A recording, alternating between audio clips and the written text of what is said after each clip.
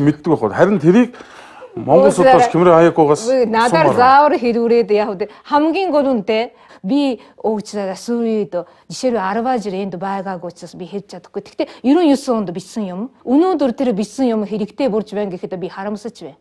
Яагаад гэхээр нийгэм хэвээрээ гэхэд бүр энэ бас эрүүр гэж би бодохгүй. Ерөөс нийгэм хүн чи цаг чи нөхцөл байдал үйлчлээд байдаг гэсэн. Одоо Хонконгийн зохицохны зохиосон дуунууд бүгд албан тасалгааны цонхоор амтэр цайгаа харагдана.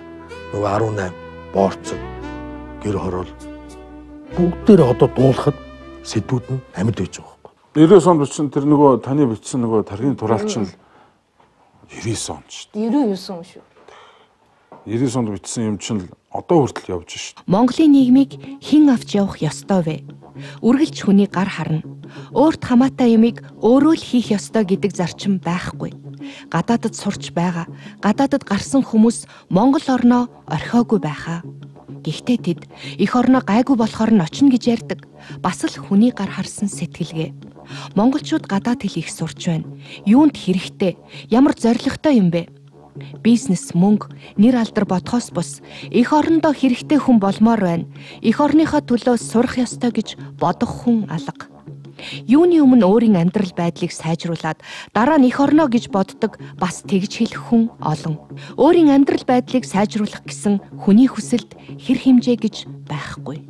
Лувраар залилж авсан мөнгөөрөө хүүхдээ гадаадд сургахаар явуулдгийг ойлгохгүй байна.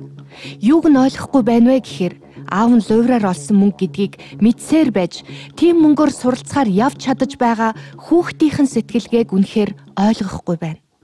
Монголчуудтай харилцахаар л сэтгэл сэвтэнэ. Сэтгэлийн тусыг ойлгохгүй хардаж сэрдэнэ. Ямар ч тооцоо зориггүйгээр хүнд туслана гэдэг ойлгомжгүй. Тооцоо зоригтойгоор л хүнд туслана гэхийг нь сонсоход урам хугарна.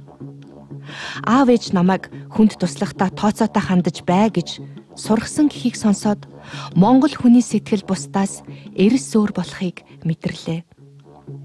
Танаа хүмүүжлийн энэ зарчим 4 уулын дундаасаа бүү гараасаа гэлтээч тийм хүмүүжилтэй хүмүүс хэдийнэ хилд авч бусдын зэвүү хүргэж яваа нь үнэхээр харамсалтай.